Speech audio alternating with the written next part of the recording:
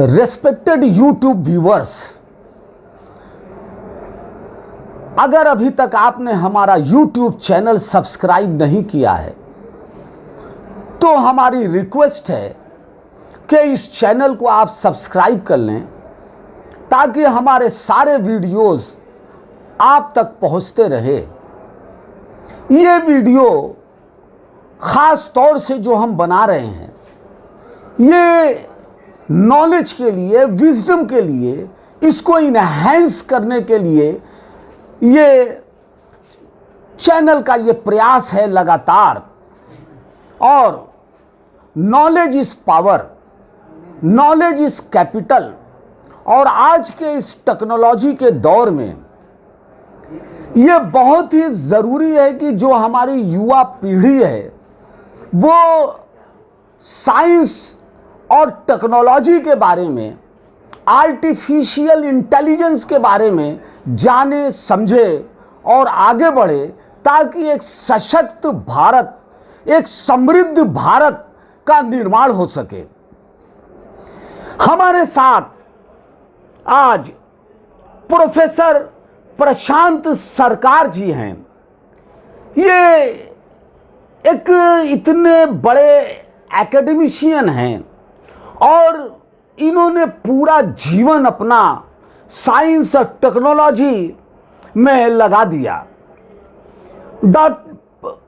Professor Prashant सरकार recently retired from his position as professor in the Department of Electrical Engineering at the National Institute of Technical Teachers Training and Research, Kolkata on January 31st, 2024.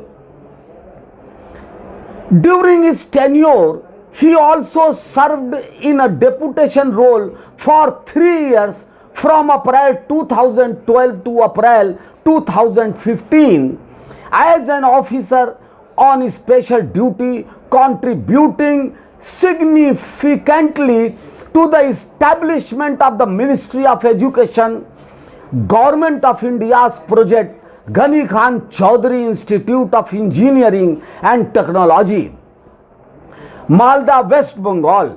His leadership was instrumental in campus development, academic administration, and the establishment of the teaching learning process, including the initiation of 7 certificate, 5 diploma, and 3 degrees courses in engineering and technology following a modular pattern. He earned his PhD degree in control system from the Department of Electrical Engineering, IIT Kharagpur. In 2002, additionally, he holds an ME degree in instrumentation and control from the Department of Electrical Engineering, Motilal Nehru Regional Engineering College, now NIT, Allahabad, obtained in 1990. Dr. Sarkar specializes in electronics and instrumentation, control system, analog and digital electronics, signal processing and mechatronics. His research interest encompasses control system. He has authorized over 90 research papers in international, national journals and conferences, and has served as the principal coordinator of 2 Government of India funded research projects. Additionally, he coordinated a MOOC course on campus project under NITTR SWYAM, a national initiative of the Ministry of Education, Government of India.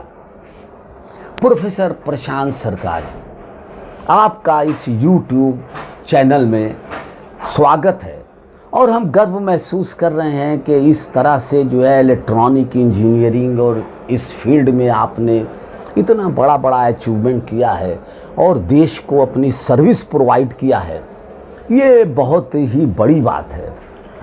और ये जो intellectualism है और ये जो आप service provide कर रहे हैं, ये हमारे यूथ के लिए बहुत बड़ी बात है। प्रोफेसर प्रशांत सरकार जी, आपका इस यूट्यूब चैनल में वेलकम है। और आपने जिस तरह से इलेक्ट्रिकल इंजीनियरिंग और भी ये साइंस और टेक्नोलॉजी के क्षेत्र में जो इतना बड़ा अचीवमेंट आपने हासिल किया है और देश के लिए इतना काम किया है, ये बहुत ही गौरव की बात है, फ़ख्र की बात है हम लोगों के लिए। और इतना एक्सपीरियंस आपके पास है।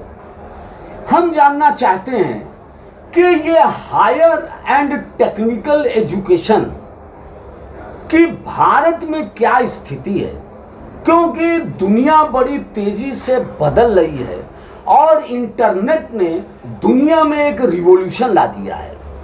साथ ही साथ जो ये एआई आर्टिफिशियल इंटेलिजेंस का ये दौर आ गया है, तो इसमें टेक्नोलॉजी एक बहुत मायने रखती है किसी देश के विकास के लिए, उसको समृद्ध बनाने के लिए और उसको पावरफुल बनाने के लिए। तो अगर हम चाहते हैं कि इंडिया पावरफुल बने, सशक्त इंडिया बने, दुनिया को चुनौती देने में इसकी काबिलियत हो, तो ये ज़रूरी है कि हायर और टेक्निकल एजुकेशन हमारी मजबूत हो, इसकी नींव मजबूत हो। आप क्या समझते हैं कि ये जो वर्तमान में हायर एंड टेक्निकल एजुकेशन है, इसकी क्या स्थिति है? सबको मेरा धन्यवाद। आपने हमको YouTube चैनल में इनवाइट किया, specially technology and higher technical education में जो बदलाव आ रहा है उस विषय में कुछ बोलने के लिए, इसके लिए मैं आपका आभारी हूँ। Thank you very much. Sanjay Bhattacharya का भी मैं बहुत आभारी हूँ कि इन्होंने प्रयास किया। इस संदर्भ में जी हम यही बोलना चाहते हैं, जो टेक्नोलॉजी, साइंस एंड टेक्नोलॉजी का जो इतिहास है, हम लोग सभी जानते हैं। जो पहले मटेरियल एक्सट्रैक्शन प्रोसेस से शुरू हुआ, तो उस टेक्नोलॉजी को हम लोग बोलते हैं जो जनरेशन 1। तो धीरे धीरे एनर्जी का इन्वेंशन हुआ है। सो पहले तो मटेरियल एक्सट्रैक्शंस, उसका बाद जब एनर्जी डेवलप्ड हुआ है, इलेक्ट्रिकल एनर्जी, मैकेनिकल एनर्जी, तब एक इंडस्ट्रियल रेवोल्यूशन शुरू हुआ है, जिसको हम लोग सब मैनचेस्टर रेवोल्यूशन का हिसाब से ही जानते हैं।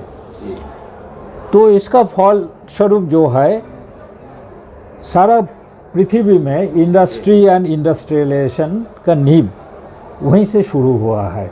इसका फल स्वरूप हम लोगों ने देखा, ये बड़ा बड़ा ब्रिज जो है तैयार हुआ है, मटेरियल एंड एनर्जी दोनों चीज़ को मिल के, तो ये सब हुआ है। तो ब्रिज, ऐसा बड़ा बड़ा ब्रिज डिज़ाइन हुआ, जैसे जिसका 100 टन जिसका कैपेसिटी है, हम लोग उसको डिज़ाइन किया 1000 टन के लिए। तो क्योंकि फैक्टर ऑफ सेफ्टी हम लोग 10 गुना बढ़ा दिया।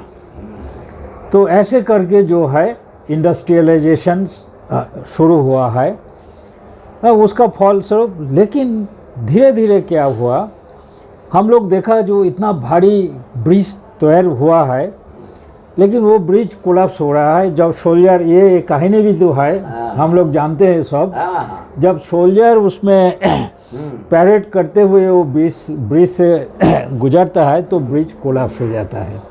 तो समथिंग इज मिसिंग।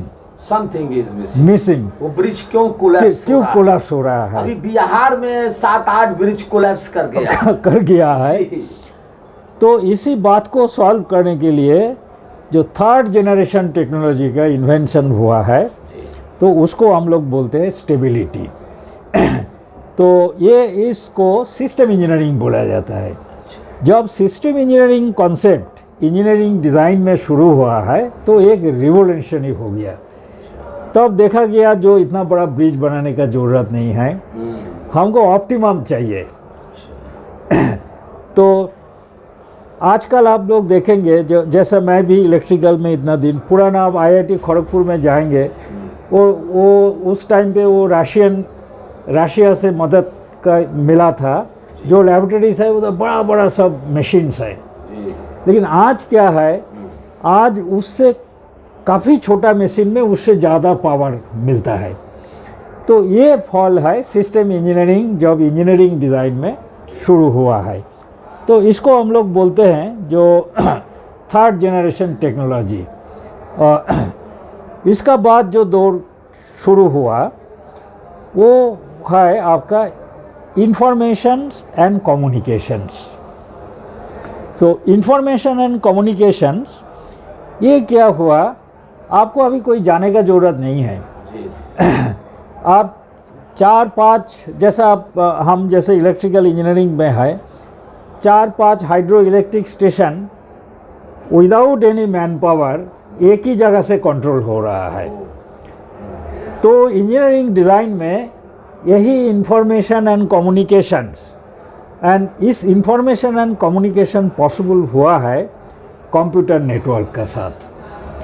तो ये इसको हम लोग इंडस्ट्री 4.0 बोलते हैं, जहाँ पे हम लोग क्या करते हैं, जो मटेरियल, एनर्जी, सिस्टम इंजीनियरिंग को साथ हम लोग इंफॉर्मेशन एंड कम्युनिकेशन को ऐड किया है। तो सारा दुनिया इसमें एक रिवॉल्यूशन देख रहा है। आज हम लोग वीडियो कॉन्फ्रेंस से, जैसा आपका यूट्यूब चैनल आप जोड़िए, ये क्या है, ये एक इंफॉर्मेशन कम्युनिकेशन। हम जब इसको इलेक्ट्रिकल इंजीनियरिंग व्यू पॉइंट से देखते हैं, इसमें आप voice signals and video signals, ये सारा दुनिया आप जो करेंगे जब जो है, तो ये सबका पास ये पहुंच रहा है। तो यही इंडस्ट्री 4.0 का एक कमाल है। तो material extractions, energy, system engineering and information and communication, ये साथ में हम लोग लेके 4th जनरेशन हो गया। अभी क्या हुआ, अभी हम लोग एक क्रॉस रोड में है, जहाँ पे एक ब्रिज तैयार हुआ है। उसको हम लोग बोलते हैं, कोई बोलते हैं इंडस्ट्री 4.0, कोई बोलते हैं इंडस्ट्री 5.0। क्योंकि अभी यहाँ पे हम लोग क्या कर रहे हैं, सिर्फ जो भगवान जैसे हम लोगों को क्रिएट किया है, उस चीज़ को, उस इंटेलिजेंस को हम लोग मशीन में लाना चाहते हैं, जिसको हम लोग बोलते हैं आर्टिफिशियल इंटेलिजेंस। जैसा आपको आज हम लोग बात कर रहे हैं आपका सामने बैठ के, अगर हम जीवित रहे, आप जीवित रहे, 10 साल बाद भी आपसे मुलाकात हो जाए, सपोज हम आपको पहचान ना पाए, मैं आपको, आप हमको पहचान ना पाए, लेकिन आपको एक होगा, तो वो चीज़ आपका सबकॉन्शियस माइंड पे रहेगा और वो आपको क्लिक करेगा। तो ये जो हमारा ब्रेन में प्रोसेस हो रहा है, वो एक कंप्यूटर ही है, नेचुरल गॉड गिफ्टेड कंप्यूटर्स। तो वो आप या 6 घंटा, 8 घंटा, 10 घंटा बाद you will be able to recognise my name. So आज का जो artificial intelligence and machine learning है, आर्टिफिशियल इंटेलिजेंस है, वही जो भगवान जो बायोलॉजिकल क्रिएशन किया है, उस चीज़ को कैसे हम लोग मशीन में ला सकते हैं, मशीन में ला सकते हैं। तो इंडस्ट्री 5.0 का जो हम लोग बात कर रहे हैं, इसमें जो बायोलॉजिकल क्रिएशन है, उस चीज़ को, वो गॉड गिफ्टेड है। सो उस चीज़ को कैसे हम लोग मशीन में ला सकते हैं, तो वो कैसे, एक तो हम लोग उसमें बोलते हैं न्यूरल नेटवर्क। तो ये एक आर्टिफिशियल इंटेलिजेंस का पार्ट है।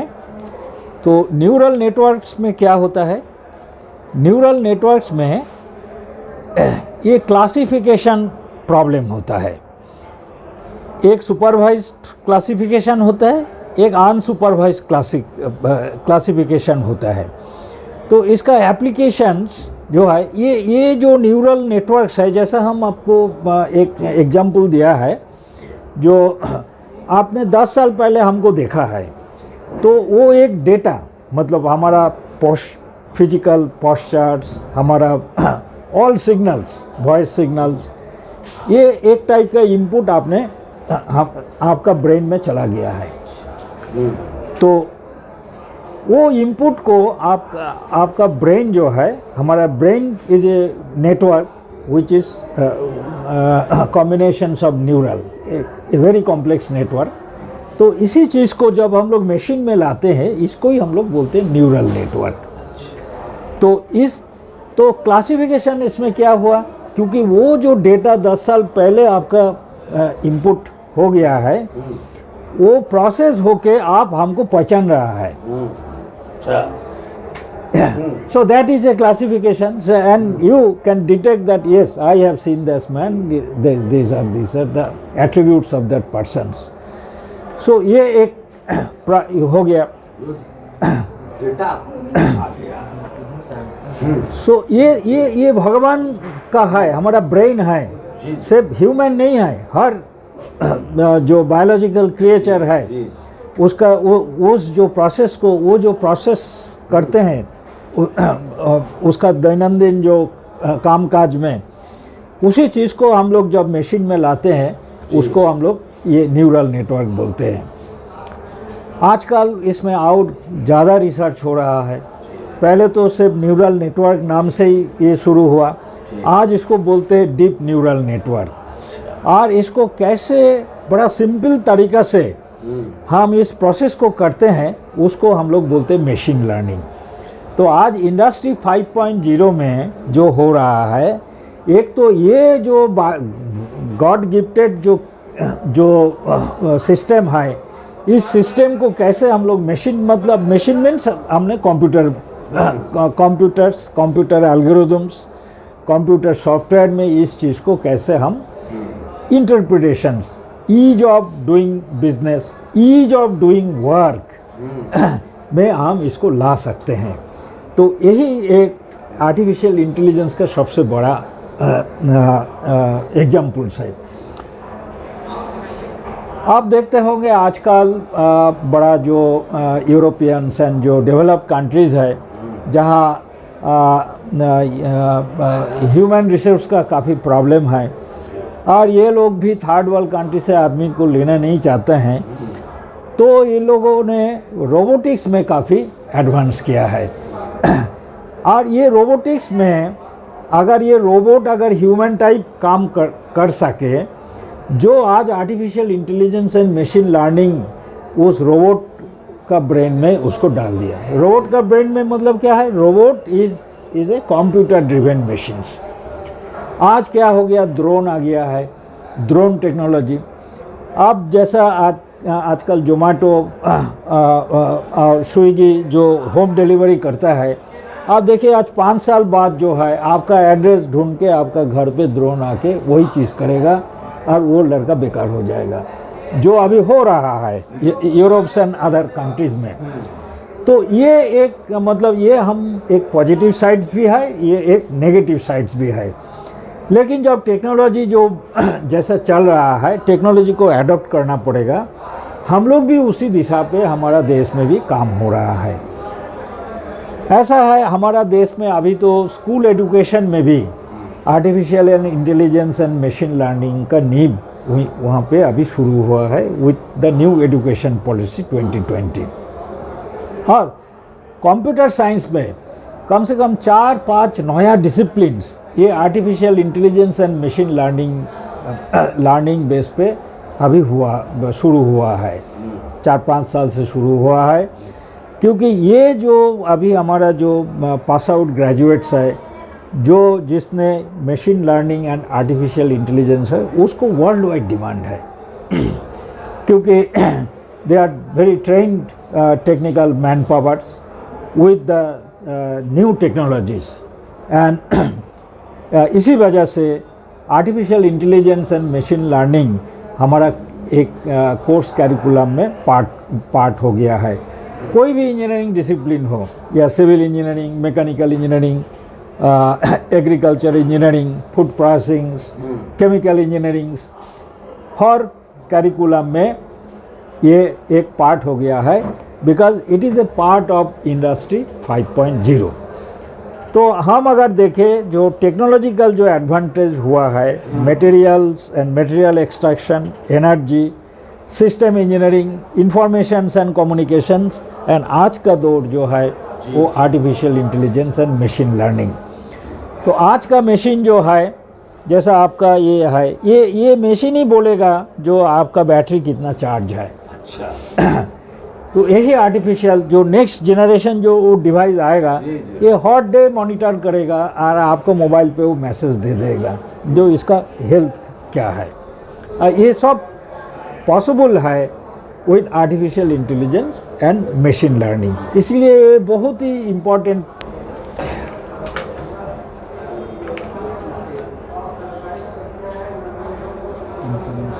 जनाब डॉक्टर प्रशांत सरकार जी, ये जो न्यू एजुकेशन पॉलिसी 2020 है, इससे हायर एजुकेशन के ऊपर इस न्यू एजुकेशन पॉलिसी का क्या प्रभाव पड़ेगा? देखिए, हमारा देश तो हम लोग सभी जानते हैं, जो हमारा प्रेजेंट जो पॉपुलेशन है करीब 140 करोड़ का लगभग है, जिसमें हमारा 15 से 60% जो हमारा पॉपुलेशन है, इसमें ये हमारा 15 से 35 एज ग्रुप का है। सो डेमोग्राफिकली हमारा देश जो है वो सारे दुनिया में एक यंग कंट्री है, लेकिन हायर एजुकेशन में हमारा जो ग्रॉस एनरोलमेंट रेशियो वो अभी भी हम लोग 50% अटेंड नहीं कर पाया। तो ये 2030 तक जो ये न्यू एजुकेशन पॉलिसी का जो मेन मुद्दा है, जो हायर एजुकेशन को कम से कम कैसे हम लोग 50% ले सके। तो आप तो जानते हैं, जो हम आज़ादी का आज अमृत काल में है, 75 साल होने का बाद भी हमारा हायर एजुकेशन में ग्रॉस एनरोलमेंट रेशियो हम लोग अभी 30% भी नहीं पहुंच पाए। 30% भी नहीं? लगभग। तो ओवरनाइट तो इतना यूनिवर्सिटीज़, इतना हायर एजुकेशन इंस्टीट्यूट करना संभव नहीं है जी। तो इसीलिए गवर्नमेंट ऑफ इंडिया ने एक बड़ा एम्बिशियस पॉलिसी 2020 लाए हैं, जिसमें हम लोग क्या करना चाहते हैं, all formal and non formal mode of education को अभी हम लोग ऐड पर कर दिया। जैसे पहले क्या होता था, जो ITI का जो पास ग्रेजुएट्स है, जो आपने इंटर करने का बाद जो 2 साल किया है, वो अभी कभी आप मेन स्ट्रीम एजुकेशन में आ ही नहीं सकते थे। तो अभी हम लोग हमारा जो सिस्टम अभी बना है, इसमें तो एक फॉर्मल एकेडमिक एजुकेशन एक एक्सिस है। सेकेंड एक्सिस हम लोग जो वोकेशनल एजुकेशन है, उसको भी हम लोग एक एक्सिस मानते हैं। एट पर किसी में कोई भेदभाव नहीं है। जो ITI का स्टूडेंट्स है, वो अगर डिप्लोमा जाना चाहते हैं, वो उसमें जा सकता है। तो इसके अलावा भी एक एक्सिस और हम लोग इसमें ऐड किया गया है, जिसको हम लोग बोलते हैं जो prior learning, prior recognised learning. मतलब जो कोई फॉर्मल एजुकेशन में नहीं आया है, जैसा कोई टेलरिंग काम सीखा है, कोई बॉक्स मेकिंग काम सीखा है, कोई स्कूटर रिपेयर काम सीखा है as a part of without going to schools and all, तो वो उसमें वो हुनर है, is a skill worker he और शी। तो उसको हम लोग कैसे मेन स्ट्रीम एजुकेशन में ला सकते हैं, वो फ्लेक्सिबिलिटी जो है हम लोग ये 2020 एजुकेशन आ गया है। इसीलिए गवर्नमेंट ऑफ इंडिया ने एक नेशनल क्रेडिट फ्रेमवर्क बनाया है। तो ये आप फॉर्मल मोड में करिए, नॉन फॉर्मल मोड में करिए, या प्रायर रिकॉग्नाइज लर्निंग मोड कोई भी स्कूल में नहीं गया, कुछ नहीं किया है, तो वो सर्टिफिकेशन कर सकता है और उसमें उसका क्रेडिट जो है वो एक्यूमुलेट होगा। तो इसीलिए अभी एक जो है नेशनल डिजिटल जो क्रेडिट फ्रेमवर्क हुआ है, वो एक आपका क्रेडिट बैंक हमारा हो गया। तो अभी वो क्रेडिट बैंक में वो सब जो क्रेडिट जो कोर्स किया है आफ्टर प्रॉपर असेसमेंट, इसमें हम लोग मानते हैं जो notional 30 teaching and learning hours को एक क्रेडिट मिलेगा। ओके, तो ये जो है और 1 ईयर में 40 क्रेडिट कोई भी कोर्स हो, ये फॉर्मल नॉन फॉर्मल आईआईटी जहाँ से भी करे, तो ग्रेजुअली अभी ये एक पाइपलाइन में हम लोग आ गया है। तो eventually all the entire higher education system is to be aligned with this national credit framework, and every 30 national teaching learning hour after proper assessment is to be given 1 credit। तो ऐसा है जो कोई 2 साल का कोर्स है तो उसको 80 क्रेडिट लेना पड़ेगा, कोई 6 महीना का कोर्स है तो उसको 20 क्रेडिट लेना पड़ेगा। तो कोई सर्टिफिकेट कोर्स 6 महीने का कर रहा है तो वो सर्टिफिकेट मतलब जो है अभी वो सर्टिफिकेट से पीएचडी बन सकता है, क्योंकि all this certificate is to be accumulated in the national bank of credit. तो सपोज ये भी हो सकता है जो कोई यूनिवर्सिटी बोल रहा है भाई आप तो हमारा इधर से पूरा क्रेडिट नहीं किया है तो हम आपको नहीं देगा, तो गवर्नमेंट ऑफ इंडिया इवेंचुअली एक सिस्टम में एक नेशनल डिजिटल यूनिवर्सिटी बनेगा। अगर आपने कोई भी यूनिवर्सिटी 10 कॉलेज से आपने वो क्रेडिट इकट्ठा किया है तो वो नेशनल डिजिटल यूनिवर्सिटी आपको सर्टिफिकेट देगा। It may be A certificate, it may be A diploma, it may be A post diploma, it may be A master degree and even a PhD degree, it is possible. So much flexibility, and we have now discontinued this formal rigid academic framework.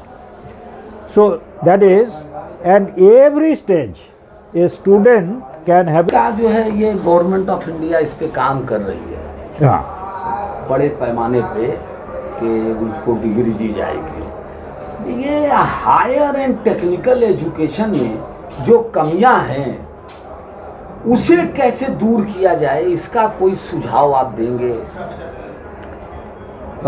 देखिए,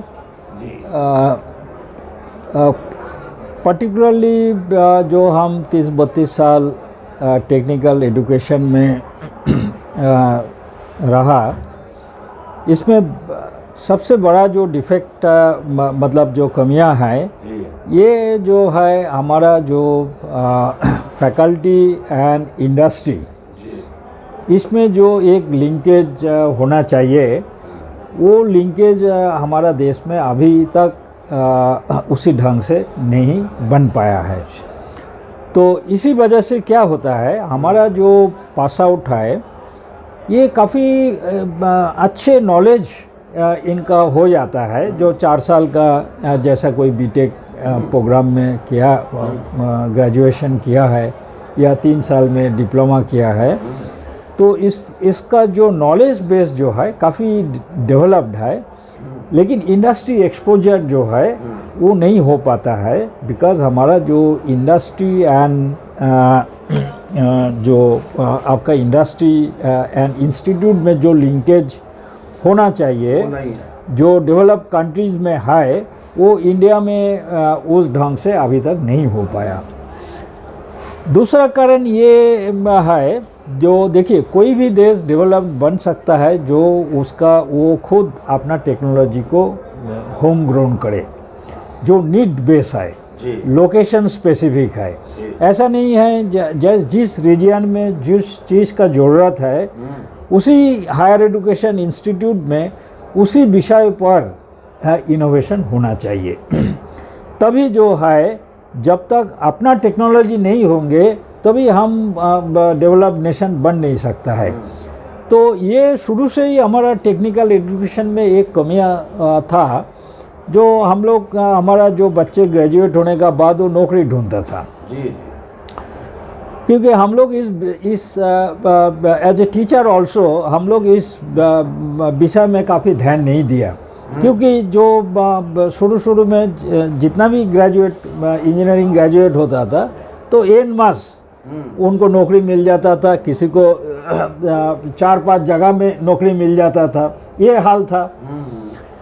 तो लेकिन इसी वजह से जो है innovation जो होना चाहिए था हायर एजुकेशन इंस्टीट्यूट में, पर्टिकुलरली IITs एंड जिस टाइप का जो सबसे क्रीम स्टूडेंट को जो मिलता है, तो उसी स्टूडेंट को जो है वो हमारा ब्रेन ड्रेन हो गया। ब्रेन ड्रेन हो गया।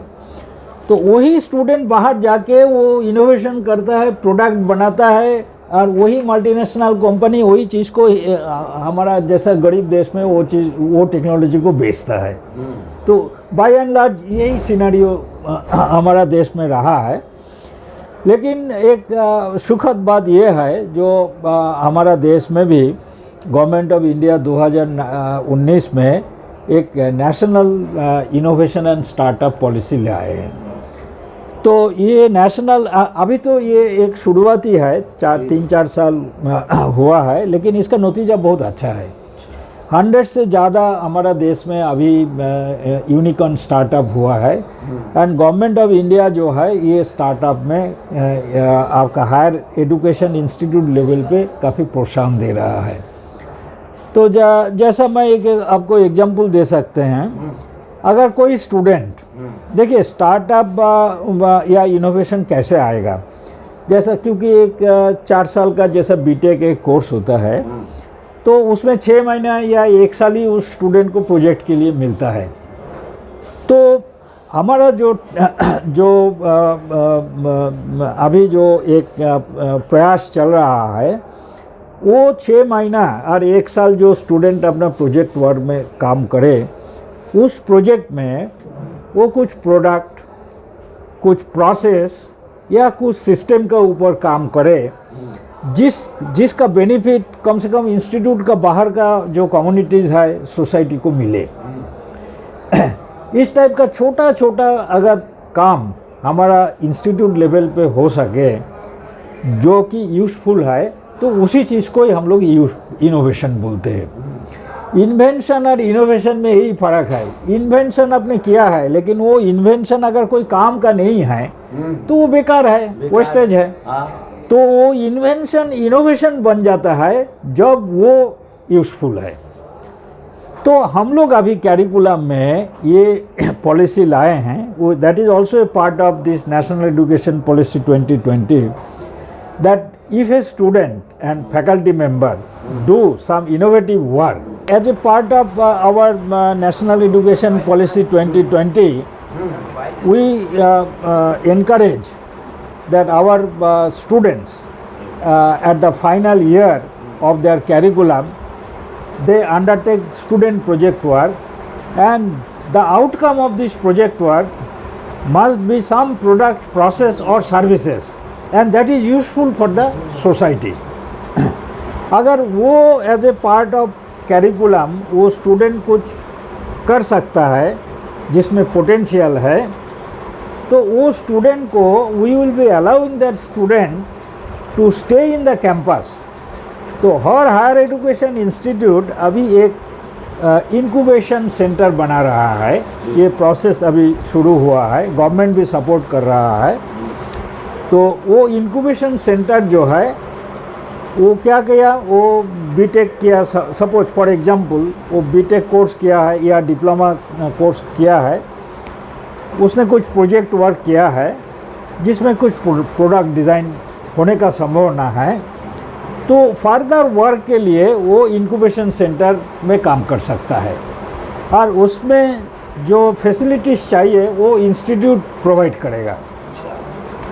So that incubation center will be registered as a company, and that company will help the student for his innovation and work. वो अगर सक्सेसफुल हो जाए तो वो स्टार्टअप भी बना सकता है, वो पेटेंट बना सकता है, बहुत कुछ कर सकता है। अगर उसको नौकरी भी मिल गया तो वो पेटेंट को सेल कर सकता है।